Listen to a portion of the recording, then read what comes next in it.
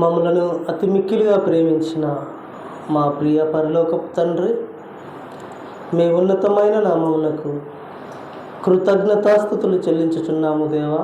తండ్రి, గడిచిన కాలమంతయు మీ రెక్కల చాటున మమ్మల్ని కాచి కాపాడి మీ ప్రేమతో దీవించారు తండ్రి. నీ సన్నిధికి నడిపించారు దేవా. ఈ సమయంలో మీ శ్రేష్టమైన వాక్యములను నేర్చుకోవడానికి మీరిచ్చిన ఈ అవకాశాన్ని బట్టి మీకు హృదయపూర్వకమైన కృతజ్ఞతాస్తుతులు చెల్లించుతున్నాము తండ్రి. ప్రభువనైనా సమయంలోనైనా మాట్లాడే నేను చాలా చిన్నవాడిని, తక్కువ వాడిని దేవా.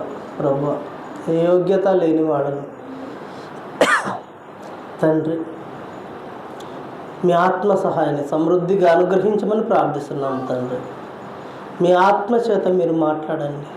సంఘమునకు అవసరమైన వాక్యములను తండ్రి మీరు అందించమని, సర్వసత్యాన్ని అనుగ్రహించమని కోరుకుంటూ యేసుక్రీస్తు వారి పేరటి ప్రార్థన అడిగి వేడుకొనుచున్నాము తండ్రి.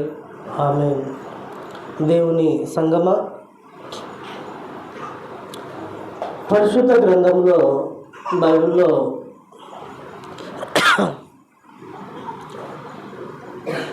ప్రజలను దేవుని గురించి మాట్లాడటానికి, ప్రజలతో చెప్పడానికి బైబిల్లో కాలక్రమాన్ని బట్టి అక్కడక్కడ దేవదూతలు ప్రత్యక్షమయ్యారు. పరలోకం నుండి దిగి వచ్చిన దేవదూతలు మనకు కనబడతారు బైబిల్లో. అలా కాలక్రమంలో అక్కడక్కడ పాత నిబంధన మొదలుకొని క్రొత్త నిబంధన వరకు కూడా ప్రభు అయిన యేసుక్రీస్తు వారి జనన విషయంలో కూడా దేవదూతలు పరలోకం నుండి దిగి వచ్చి సమాచారాన్ని అందించినట్టుగా కనబడుతుంది. ఇలా దేవదూతల ప్రత్యక్షతలు. ఇకపోతే దేవుడు కూడా భూమి మీదకి వచ్చాడు. దేవుడు కూడా ప్రత్యక్షమయ్యాడు తన ప్రజలతో మాట్లాడటానికి. దేవుడు తన ప్రజలను సందర్శించాడు, వారితో మాట్లాడాడు. వారికి కావలసిన వాక్కులను దేవుడే ప్రత్యక్షమై అనుగ్రహించాడు. దేవుడు దిగి వచ్చాడు అని పాత నిబంధన మొదలుకొని మలాకి గ్రంథం వరకు కూడా ఎన్నో చోట్ల దేవుడే వచ్చాడని ఈ రకమైన బోధ కూడా ఉంది. ఈ రెండు బోధలు సమాజంలో మనకు కనబడతాయి. ఒకటి, దేవదూతలు మాత్రమే. ఎక్కడైనా వారు కొన్ని వచనాలను ఆధారం చేసుకొని వారి సిద్ధాంతాన్ని బట్టి కొన్ని వచనాలను ఆధారం చేసుకొని దేవదూతలు మాత్రమే అన్ని చోట్ల వచ్చారు, దేవుడు రాలేదని. లేదు లేదు, దేవుడు కూడా వచ్చాడని మరొక వాదన. ఈ రెండింటిలో ఒక సందర్భం మనం ఆలోచిస్తే అన్నింటి గురించి, అన్ని చోట్ల గురించి మనం ఈరోజు ఆలోచన చేయం. కానీ ఇశ్రాయేలీలు ఐగుప్తు దేశం నుండి బయలుదేరిన తర్వాత వారు సీనాయి ప్రదేశంలోకి వచ్చారు. ఆ సీనాయి ప్రదేశంలో సీనాయి కొండ ఉంది. అది అరేబియా దేశంలో ఉంది ఇప్పుడు ప్రస్తుతానికి. అప్పటికి కూడా సీనాయి ప్రదేశానికి వచ్చారు. ఆ సీనాయి ప్రాంతం అన్నది కొండల ప్రాంతం. ఆ కొండల ప్రాంతానికి ఇశ్రాయేలీల ప్రజలు ఐగుప్తు దేశం నుండి బయలుదేరి వచ్చి అక్కడ కొంత విశ్రమించారు. అలా విశ్రమించినప్పుడు మోషే గారితో దేవుడు చెప్పాడు, నీవు నా దగ్గరికి రా, నేను మాట్లాడాలి అన్నాడు.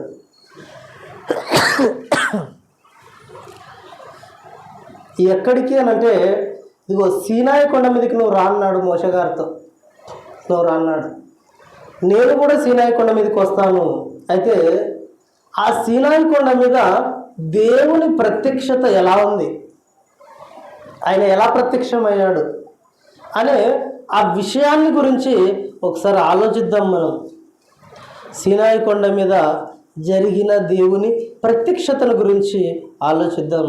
నిర్గమకాండం 19వ అధ్యాయం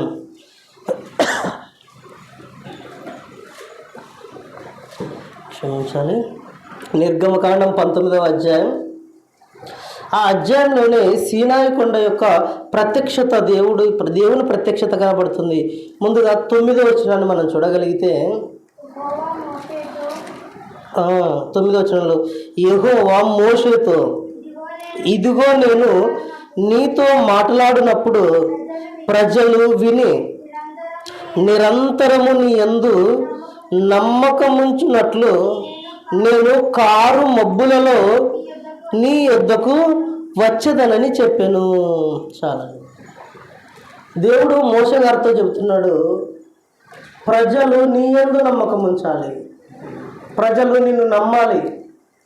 నిజముగా దేవుని చేత నడిపింపబడుచున్న వ్యక్తి మోషే గారని నిన్ను నమ్మాలి. అలా నమ్మడానికి నేను నీతో మాట్లాడాలి. నేను ఎలా మాట్లాడతానంటే కారు మబ్బులలోని యొద్దకు వచ్చేదను. అంటే దేవుని ప్రత్యక్షత అక్కడ కారు మబ్బులలో వస్తాను అని చెబుతున్నాడు ఆయన. అంటే చీకట్లో కారు మబ్బు అంటే మనకు అర్థమవుతుంది కదా. అది మాత్రమే కాదు, 16వ వచనాన్ని చూడగలిగితే అక్కడే 16వ వచనం, 3వ నాడు ఉదయమైనప్పుడు ఆ పర్వతము మీద ఉరుములు, మెరుపులు, సాంద్ర మేఘము, బూర యొక్క మహాధ్వనియు కలుగగా పాలెములోని ప్రజలందరూ వణికిరి. అంటే దేవుని ప్రత్యక్షత. ఆ 3వ రోజు ఉదయమైనప్పుడు 3 దినముల తర్వాత వస్తానన్నాడు. ఆ 3వ రోజు ఉదయమైనప్పుడు ఆ పర్వతం మీద ఏం కనపడుతున్నాయంటే ఉరుములు, మెరుపులు, సంద్రమేఘము.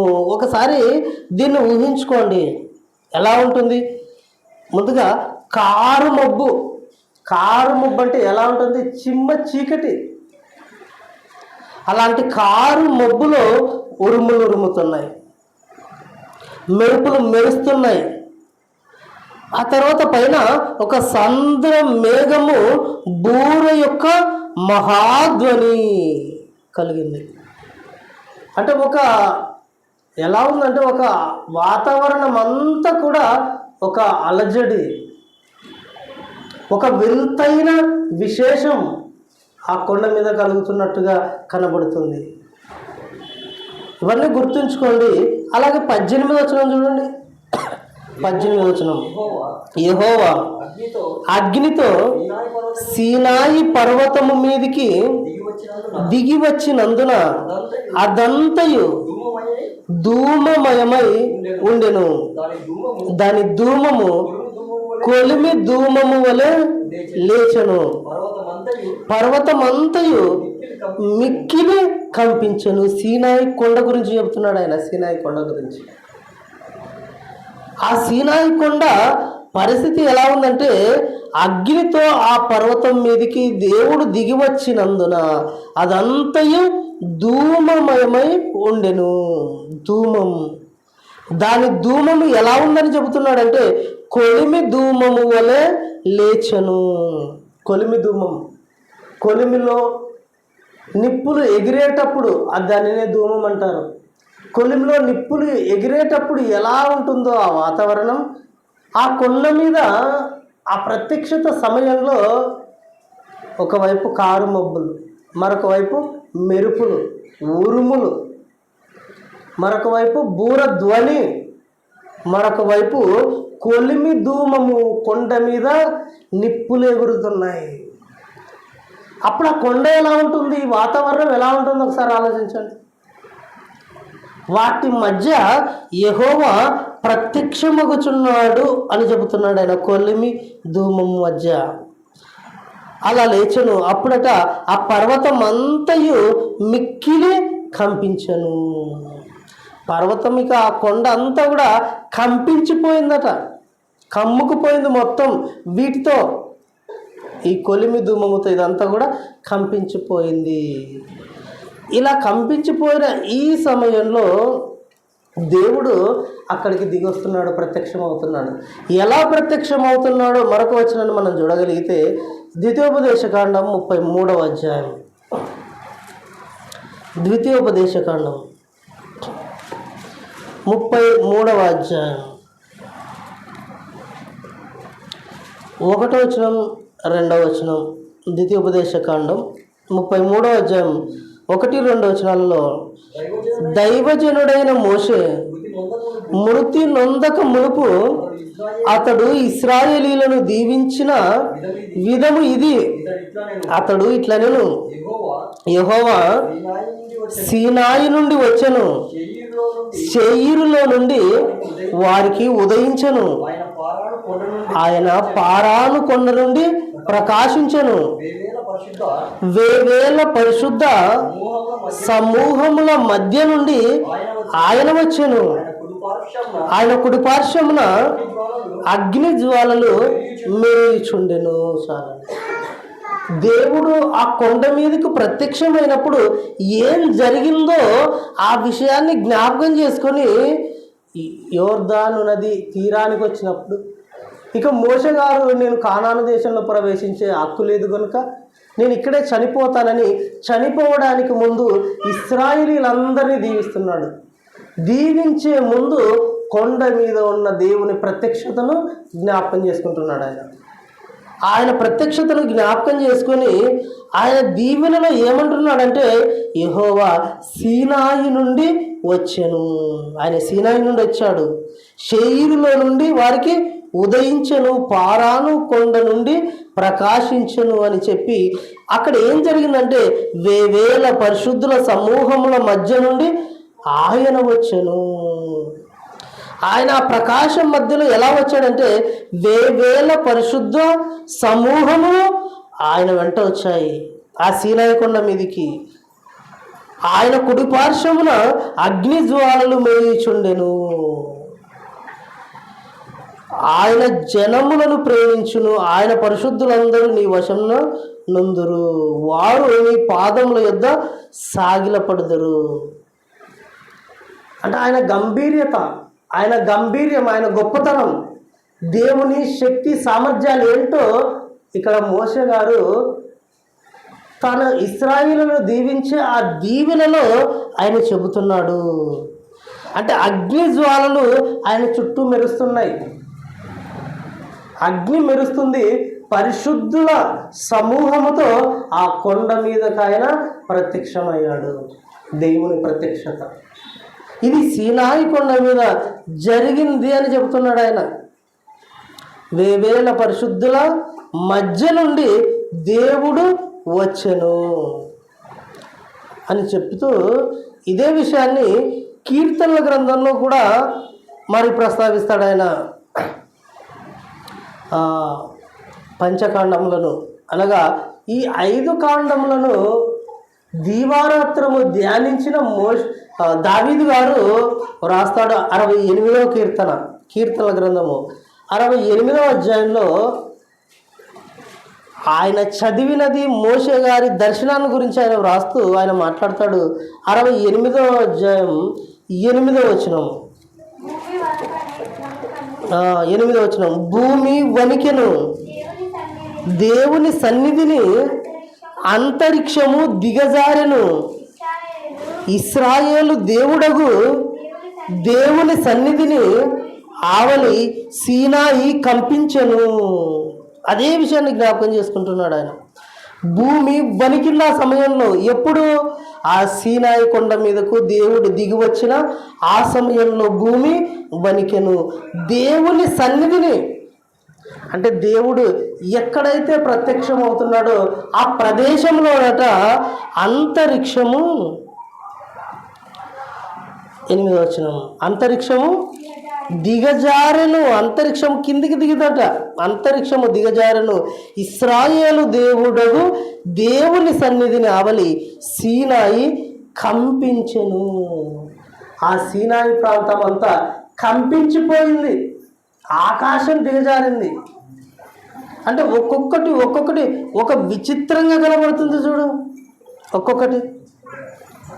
17వ వచనం చూడండి, అక్కడ 17వ వచనం 68వ అధ్యాయం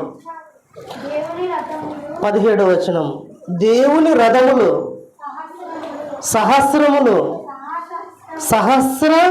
సహస్రములు ప్రభువు వాటిలో ఉన్నాడు, సీనాయి పరిశుద్ధమైనట్టు ఆ కొండ పరిశుద్ధమాయను.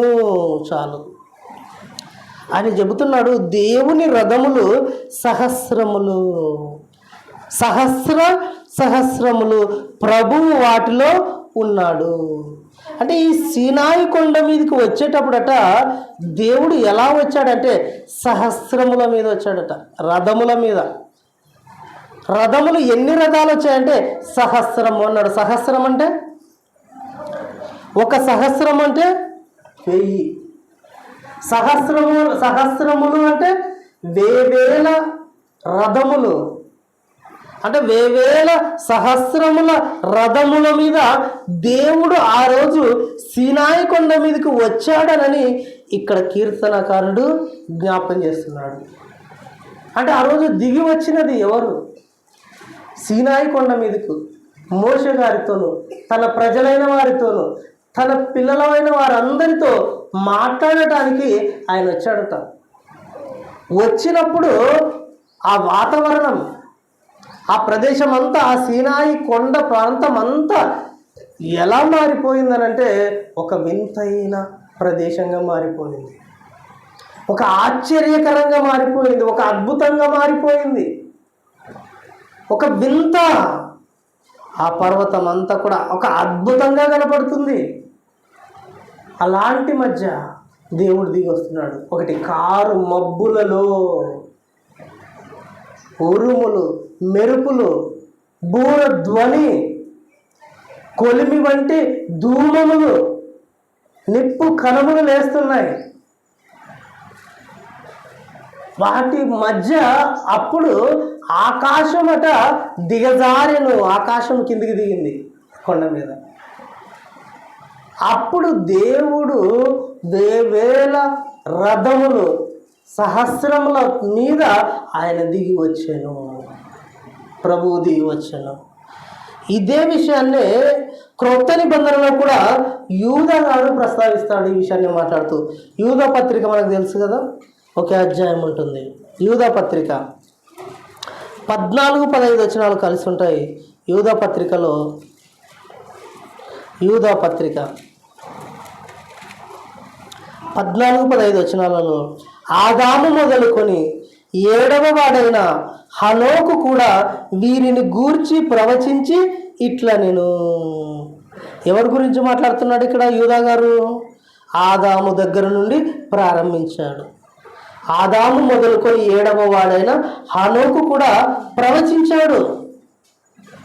ఏమనంటే, ఇదిగో అందరికీ తీర్పు తీర్చుటకును వారిలో భక్తిహీనులందరూ భక్తిహీనముగా చేసిన వారి భక్తిహీన క్రియలన్నిటిని గూర్చియు భక్తిహీనులైన పాపులు తనకు విరోధముగా చెప్పిన కఠినమైన మాటలన్నిటిని గూర్చియు వారిని ఒప్పించుటకును ప్రభువు తన వేవేల పరిశుద్ధుల పరివారముతో వచ్చెను. ఇక్కడ ఏమంటున్నాడు ఆయన భక్తుడు? ప్రభువు తన వేవేల పరిశుద్ధుల పరివారముతో వచ్చెను. ఎందుకు వచ్చాడు అని అంటున్నాడు అంటే, ఇదిగో పాపులు తనకు విరోధముగా చెప్పిన కఠినమైన మాటలన్నిటిని గూర్చి వారిని ఒప్పించుటకు. నిజానికి అప్పటికి ఇశ్రాయేలీలు మోషే గారి మాట విని బయలుదేరారు, కానీ దేవుని మీద, దేవుని ఎడల కఠిన ప్రవర్తన గలవారై ఉన్నారు. దేవుని మాటకు లోబడని వారిగా ఉన్నారు, తిరుగుబాటు చేసేవారిగా ఉన్నారు అప్పటికి. అలాంటి పరిస్థితులలో ఇక వారిని ఒప్పించాలని సీనాయి కొండ మీద దేవుని ప్రత్యక్షత ఒక అపూర్వంగా జరిగినట్టుగా కనబడుతుంది. వారిని ఒప్పించడానికి ఎవరు వచ్చారని చెబుతున్నాడంటే, ప్రభువు దిగి వచ్చాడు అని చెప్తున్నాడు ఆయన. ప్రభువు దిగి వచ్చాడు. ఇదే సంగతిని, ఇదే సందర్భాన్ని దావీదు గారు ఒక పాట రూపంలో రాస్తాడు. ఆయన ఒక పాట రాస్తూ ఆయన ఏమని పాట రాస్తాడంటే, ఇదే సీనాయి ప్రాంతంలో జరిగిన ఆ సన్నివేశాన్ని దావీదు గారు పాట రాస్తారు. ఎక్కడ? సమూయేలు 2వ గ్రంథం 22వ అధ్యాయం. సమూయేలు 2వ గ్రంథం సమూయేలు రెండవ గ్రంథం 22వ అధ్యాయం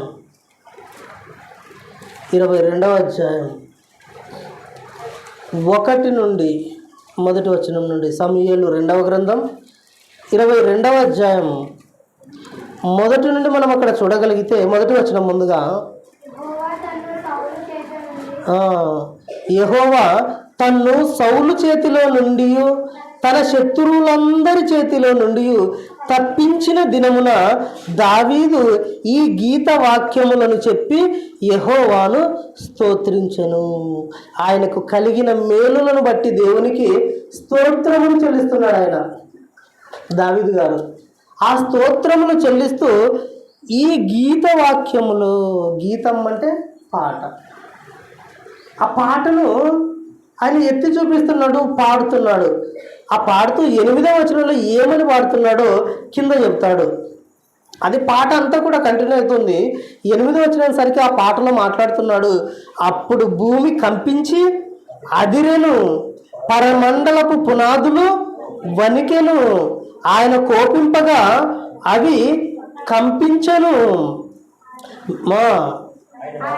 ఆయన నాసికారంధ్రములలో నుండి పొగ పుట్టెను, ఆయన నోట నుండి అగ్ని వచ్చి దహించెను, నిప్పు కణములను రాజబెట్టెను, మేఘములను వంచి ఆయన వచ్చెను, ఆయన పాదముల క్రింద గాఢాంధకారము కమ్మి ఉండెను, కెరూబు మీద ఎక్కి ఆయన ఎగిరి వచ్చెను, గాలి రెక్కల మీద ప్రత్యక్షమాయను, గుడారము వలె అంధకారము తన చుట్టూ వ్యాపింపజేసెను, నీటి మబ్బుల సముదాయములను ఆకాశపు దట్టపు మేఘములను వ్యాపింపజేసెను, ఆయన సన్నిధి కాంతిలో నుండి నిప్పు కణములు పుట్టెను, యెహోవా ఆకాశమందు గర్జించెను, సర్వోన్నతుడు ఉరుము ధ్వని పుట్టించెను. ఏ విషయము? ఆ సీనాయి ప్రాంత విషయమే దావీదు గారు మరలా జ్ఞాపకం చేసుకుంటున్నాడు. ఆ కొండ మీదకి దిగి వచ్చినప్పుడు జరిగిన అదే సందర్భంలో ఏం జరిగిందో ఆయన చెబుతున్నాడు. ఆయన పాదముల క్రింద గాఢాంధకారము, అక్కడ ఏమన్నాడు? కారు మబ్బులలో నీ యొద్దకు వచ్చేదను. ఇక్కడ అంటున్నాడు గాఢాంధకారం ఆయన పాదముల కింద కమ్మి ఉండెను. 10వ వచనానికి తర్వాత 9వ వచనంలో ఆయన నాసికారంధ్రములలో నుండి పొగ పుట్టెను, ఆయన నోట నుండి అగ్ని వచ్చి దహించెను, నిప్పు కణములను రాజబెట్టెను. 10వ వచనంలో మేఘములను వంచి ఆయన వచ్చెను, ఆకాశము దిగజారినని మరొక చోట అన్నాడు, మేఘములను వంచి ఆయన వచ్చెను, ఆయన పాదముల క్రింద గాఢాంధకారము కమ్మి ఉండెను. ఇక్కడ అన్నాడు, అక్కడ వేవేల రథములు పరిశుద్ధ సమూహముల మధ్య ఆయన వచ్చెను అన్నాడు. ఇక్కడ కెరూబుల మీద ఎక్కి ఆయన ఎగిరి వచ్చెను, గాలి రెక్కల మీద ప్రత్యక్షమాయను, గుడారము వలె అంధకారము తన చుట్టూ వ్యాపింపజేసెను. అంటే వచ్చిన ఆయన సామాన్యంగా రాలేదని కనబడుతుంది. ఆ సీనాయి కొండ మీద ఆ ప్రత్యక్షతలో ఎన్నో వింతలు విశేషాలు చోటు చేసుకున్నాయి. వచ్చి మాట్లాడి వెళ్ళిపోయినట్టుగా కనబడదు. ఆ దేవుని ప్రత్యక్షతలో ఎన్నో గొప్పతనాలు కనబడతాయి. చూడండి, ఇదే విషయాన్ని క్రొత్త నిబంధనలో కూడా ఎబ్రీ పత్రికలో జ్ఞాపకం చేస్తూ ఆయన రాస్తూ, అపోస్తలుడైన పౌలు గారు వ్రాస్తూ ఇదే సందర్భాన్ని దేవుని ప్రత్యక్షత సీనాయి కొండ మీద ఎలా జరిగిందో అక్కడ ఆయన మరో రకంగా వివరిస్తాడు. హెబ్రీ పత్రిక 12వ అధ్యాయం, హెబ్రీలకు రాసిన పత్రిక 12వ అధ్యాయం 18వ వచనం నుండి మనం చూడగలిగితే, హెబ్రీలకు రాసిన పత్రిక 12వ అధ్యాయం 18వ వచనం నుండి, స్పృశించి తెలిసికొనదగినట్టు మండుచున్నట్టు కొండకును అగ్నికిని కారు మేఘములకును గాఢాంధకారమునకును తుఫానుకును బూర ధ్వనికిని మాటల ధ్వనికిని మీరు వచ్చి ఉండలేదు. ఒక జంతువైనను ఆ కొండను తాకిన ఎడల రాళ్లతో కొట్టబడవలెనని ఆజ్ఞాపించిన మాటకు వారు తాళలేక ఆ ధ్వని వినిన వారు మరి ఏ మాటయు తమతో చెప్పవలదని బతిమాలుకొనిరి. మరియు ఆ దర్శనం ఎంతో భయంకరంగా ఉన్నందున మోషే నేను మిక్కిలి భయపడి వణుకుచున్నాను నేను. చాలా ఇప్పుడైతే అని క్రొత్త నిబంధన గురించి మాట్లాడతాడు మరలా ఆయన. అంటే ఆ సీనాయి కొండ మీద ఆయన ప్రత్యక్షత ఎలా ఉంది అని ఆయన మాట్లాడుతున్నాడంటే అది అర్థం కావాలంటే స్పర్శ ఉండాలి అంటున్నాడు ఆయన. కనీసం దేవుడు అంటే ఆయన శక్తి సామర్థ్యాలు ఏంటో వాటిని స్పర్శించే ఆ స్పర్శ ఉండాలి. దేవుడి గురించి ఏమాత్రం అవగాహన లేకుండా దేవుడు అంటే ఇంతే అన్నట్టుగా మీరు మాట్లాడొద్దు.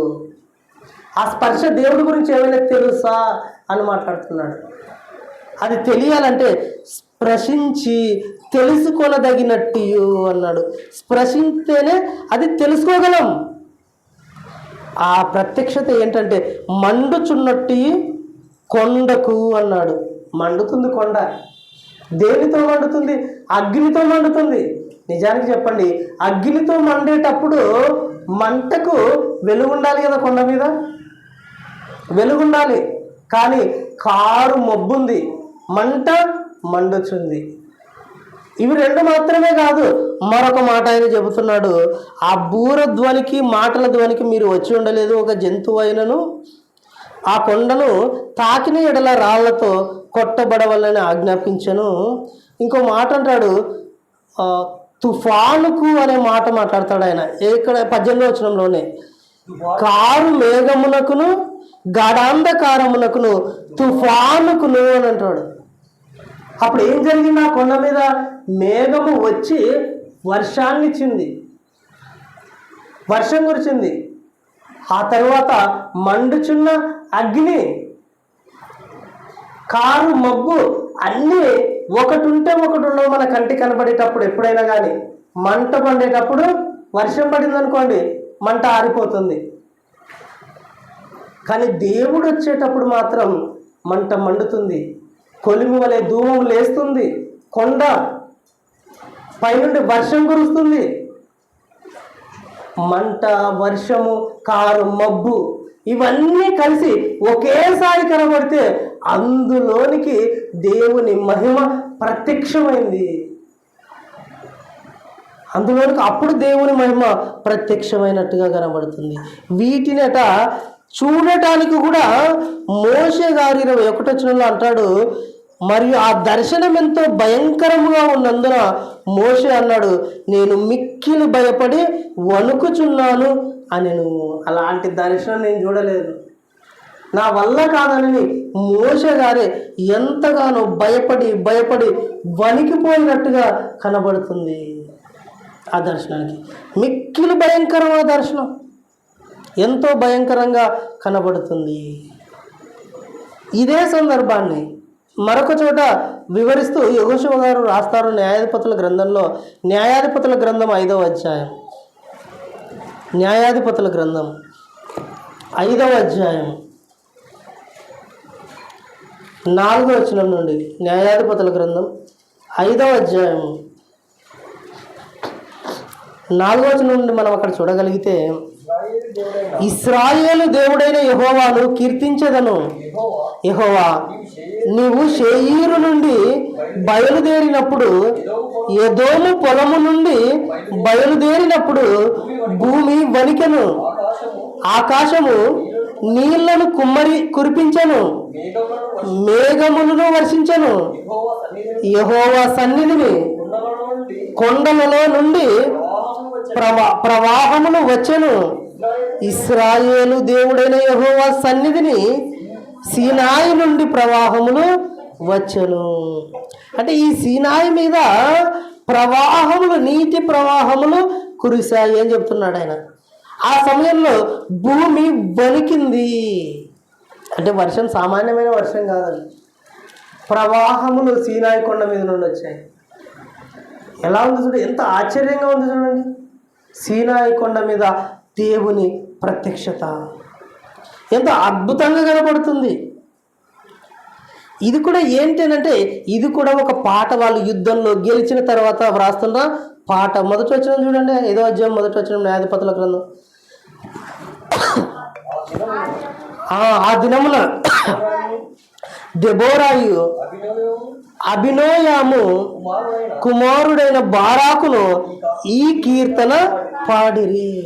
ఈ కీర్తన పాడిరి అంటే ఎవరు కీర్తన పాడినా, ఎవరు కీర్తన రాసినా వారు మర్చిపోలేని సన్నివేశం ఏదైనా ఉంది అని అంటే అది సీనాయి కొండ మీద దేవుని ప్రత్యక్షత. ఎందుకంత ప్రత్యేకం అని అంటే ఆయన వచ్చిన విధానం ఎంత అద్భుతంగా ఉంది అని అంటే, ఇదిగో కొలిమి ధూమము లేస్తుంది కొండ నుండి, ఉరుములు మెరుపులు మేఘ సంద్రము వస్తుంది, కారు మబ్బుతో నిండిపోయి ఉంది, వేవేల పరిశుద్ధుల సమూహముల మధ్య నుండి దేవుడు వస్తున్నాడు. అంటే వేవేల సహస్రాల రథముల నుండి ఆయన దిగి వస్తున్నాడు.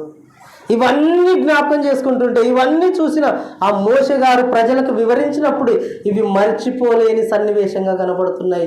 సీనాయి కొండ మీద దేవుని ప్రత్యక్షత, ఆయన ప్రత్యక్షత చాలా గొప్పదిగా కనపడుతుంది. ఇంకా మోషే గారు చెబుతూ ద్వితీయోపదేశకాండం 4వ అధ్యాయం 11వ వచనంలో ఆయన ప్రత్యక్షత గురించి మాట్లాడతాడు. 4వ అధ్యాయం ద్వితీయోపదేశకాండం 4వ అధ్యాయం 11వ వచనం నుండి, 4వ అధ్యాయం 11వ వచనం నుండి చూడగలిగితే, అప్పుడు మీరు సమీపించి ఆ కొండ దిగువన నిలిచితిరి, చీకటియు మేఘమును గాఢాంధకారము కమ్మి ఆ కొండ ఆకాశము వరకు అగ్నితో మండుచుండగా యెహోవా ఆ అగ్ని మధ్య నుండి మీతో మాటలాడెను. మాటల ధ్వని మీరు వింటిరి గాని ఏ స్వరూపమును మీరు చూడలేదు, స్వరము మాత్రమే వింటిరి. మరియు మీరు చేయవలెనని ఆయన విధించిన నిబంధనను అనగా 10 ఆజ్ఞలను మీకు తెలియజేసి 2 రాతి పలకల మీద వాటిని వ్రాసెను. ఆ కొండ మీద ఆ దేవుని ప్రత్యక్షత ఎలా జరిగింది అంటున్నాడంటే, ఆయన దిగివచ్చి ఆ కొండ మీదకి దిగివచ్చి ఆ సమయంలో ఆకాశము వరకు ఆ కొండ మీద నుండి అగ్నితో మండుచుందట. యేసేపు గారు ఒక సమయంలో, యాకోబు గారు తన ప్రయాణంలో నిద్రపోతున్నప్పుడు, అలసిపోయి నిద్రపోవచ్చినప్పుడు ఆకాశం నుండి భూమి వరకు నిచ్చెన వేసినట్టుగా కనబడుతుంది మనకు. దాని మీద దేవదూతలు ఎక్కుచూ దిగుచూ ఉన్నట్టుగా ఆయనకు దర్శనం ఇస్తుంది. కానీ ఇక్కడ ఆకాశానికి సీనాయి కొండకు ఇక్కడ నుండి అక్కడి వరకు అగ్ని మండుతుందట. ఆకాశం నుండి సీనాయి కొండ మీదకి అగ్ని మండుతుంది. ఆ అగ్ని ఎంతో భయంకరము, ఎంత విచిత్రంగా ఉంది చూడండి. ఆ అగ్ని ఎంతో భయంకరము. ఇది ఆ కొండ దిగువను నిలిచితిరి, చీకటి మేఘము గాఢాంధకారము కమ్మి ఆ కొండ ఆకాశము వరకు అగ్నితో మండుచుండగా. అంటే ఎక్కడైనా ఇలాంటి సన్నివేశం కనబడుతుందంటే ఒక్క దేవుని ప్రత్యక్షత సమయంలోనే కనబడుతుంది. అంటే ఒకసారి దేవుడి గురించి ఆలోచించండి, దేవుని శక్తి సామర్థ్యాల గురించి ఆలోచించండి. అంటే ఆయన అగ్నిని చేసిన వాడు ఆయనే, నీటిని వర్షాన్ని చేసిన వాడు ఆయనే, మబ్బును కలుగ చేసిన వాడు ఆయనే. ఆయన కలుగ చేసిన వాటన్నిటిలో అన్నింటినీ ఒకేసారి చూపించగలడు. ఆయన అన్నింటినీ ఒకేసారి చూపించి అందులో ప్రత్యక్షం అవ్వగలడు దేవుడు. అది దేవుని శక్తి అని అంటే అది దేవుని గొప్పతనం. దేవుడు అనగానే చిన్నగా అంచనా వేయకూడదు. దేవుని సామర్థ్యం గురించి చాలా గొప్పగా కనపడుతుంది దేవుని శక్తి. ఎలా కనపడుతుంది? ఇప్పటి వరకు ఎన్నో విషయాలు చూసాం మనం, దేవుని శక్తి. ఇక్కడ మాట్లాడుతున్నాడు 12వ వచనంలో, యెహోవా ఆ అగ్ని మధ్య నుండి మీతో మాట్లాడాను. ఎక్కడి నుండి మాట్లాడాట? అగ్ని మధ్య నుండి దేవుడు మాట్లాడాడు. ఆ అగ్ని ఎక్కడి వరకు? ఎక్కడి నుండి ఎక్కడి వరకు? ఆకాశము నుండి అగ్నితో మండుచుండగా. ఆ కొండ ఆకాశము వరకు అగ్నితో మండుచుండగా, అందులో నుండి. అంటే ఎలా కనబడుతుంది ఆ దినమున? ఆ ప్రత్యక్షత ఎలా ఉంటుంది? ఆకాశం నుండి భూమి మీది వరకు కూడా అగ్ని ప్రత్యక్షమై అందులో నుండి స్వరం వినపడుతుంటే, దేవుని మాట వినపడుతుంటే ఎలా ఉంటుంది వినేవారికి? ఆ ప్రత్యక్షత ఇక తన జీవితకాలం అంతా మర్చిపోలేదు మోషే గారు. ఎప్పుడు దేవుడి గురించి మాట్లాడాలన్నా ముందుగా ఆ సన్నివేశాన్ని, సీనాయి ప్రాంతంలో సీనాయి కొండ మీద దేవుని ప్రత్యక్షతను జ్ఞాపకం చేసుకొని ఆయన మాట్లాడతాడు ఎక్కువగా. ఒకసారి ఆలోచించండి, దేవదూత వచ్చినట్లయితే ఇంత హంగామా, ఇంత ఆడంబరాలు ఉంటాయా? ఒకసారి ఆలోచించండి. వచ్చినది దేవదూతనా, దేవుడా? ఎవరు వచ్చి ఉంటారో మీరు ఒకసారి ఆలోచించండి. దేవదూతలు వచ్చిన సందర్భాలు కూడా ఉన్నాయి. వారు వచ్చినప్పుడు ఎలా వచ్చారు, ఎలా మాట్లాడి ఎలా వెళ్ళిపోయారు. కానీ ఈ సీనాయి కొండ మీద మాత్రం ఒక ప్రత్యేకంగా ఈ ప్రత్యక్షత కనబడుతుంది. ఒక ప్రత్యేకంగా మోషే గారు తన జీవితంలో మర్చిపోలేని సన్నివేశం. యెహోషువ గారు, ఇశ్రాయేలీయుల ప్రజలందరూ కూడా మర్చిపోలేని ఈ సన్నివేశాన్ని. అంత గొప్పగా ఈ సన్నివేశం జరిగింది. మోషే గారే భయపడినట్టుగా కనపడుతుంది. ఇప్పుడు చెప్పండి, ఎలాంటి సందర్భంలో ఆయన ప్రత్యక్షమయ్యాడు? కారు మబ్బులలో వచ్చాడు, ఉరుములు మెరుపులు, సంద్రమేఘము, కొలిమి ధూమము, అగ్ని అక్కడి నుండి బయలుదేరింది. వేవేల పరిశుద్ధుల సమూహము మధ్య నుండి ఆయన వచ్చాడు. అంటే వేవేల సహస్రముల నుండి, రథముల నుండి, సహస్రముల రథముల నుండి దేవుడు వచ్చాడు. అంటే మేఘములు వంచి ఆయన వచ్చెను. తుఫాను మధ్య నుండి ఆయన వచ్చెను. ఆకాశము వరకు అగ్ని మండుచుండగా ఆయన వచ్చాను. అంటే ఇవన్నీ కూడా మనుషులు సామాన్యంగా భరించలేనివి, మనుషులు తమ జీవితాలలో తట్టుకోలేనివి. నిప్పును తట్టుకోలేడు, వర్షాన్ని తట్టుకోలేడు, కారు మబ్బును తట్టుకోలేడు మనిషి. ఇవన్నీ కూడా ఈ వింత విశేషాలు ఏవి కూడా తట్టుకోలేడు. అలాంటివి ఎవరికి సాధ్యం అంటే ఒక దేవునికి మాత్రమే సాధ్యం. కాబట్టి సీనాయి కొండ మీద దేవుని ప్రత్యక్షత ఒక అద్భుతం, ఒక అపూర్వం, ఆశ్చర్యకరం, అబ్బురమైన వింత. ఇది దేవుని ప్రత్యక్షత గురించి. ఇక తర్వాత ఆ సీనాయి కొండ మీదకి దేవుడు వచ్చినప్పుడు పెద్దలు, యాజకులు వెళ్ళారు, దేవుడు రమ్మన్నాడు. అప్పుడు ఏం జరిగింది? ఆ తర్వాత ఇశ్రాయేలీయుల ప్రజలందరినీ కూడా దేవుడు ప్రత్యక్షమైనప్పుడు ఆ సీనాయి కొండ దగ్గరకు రమ్మన్నాడు. అప్పుడు ఏం జరిగింది? ఈ విషయాలను వచ్చే వారం తెలుసుకుందాం. కానీ ఇప్పుడు ఇంతవరకు విన్న ఈ వాక్య భాగానికి ఒక అంశంగా మనం ఇచ్చే టైటిల్ ఏంటంటే, పరిశుద్ధ దేవుని ప్రత్యక్షత సీనాయి కొండ మీద అద్భుతం, అపూర్వం, ఆశ్చర్యకరం, అబ్బురమైన వింత.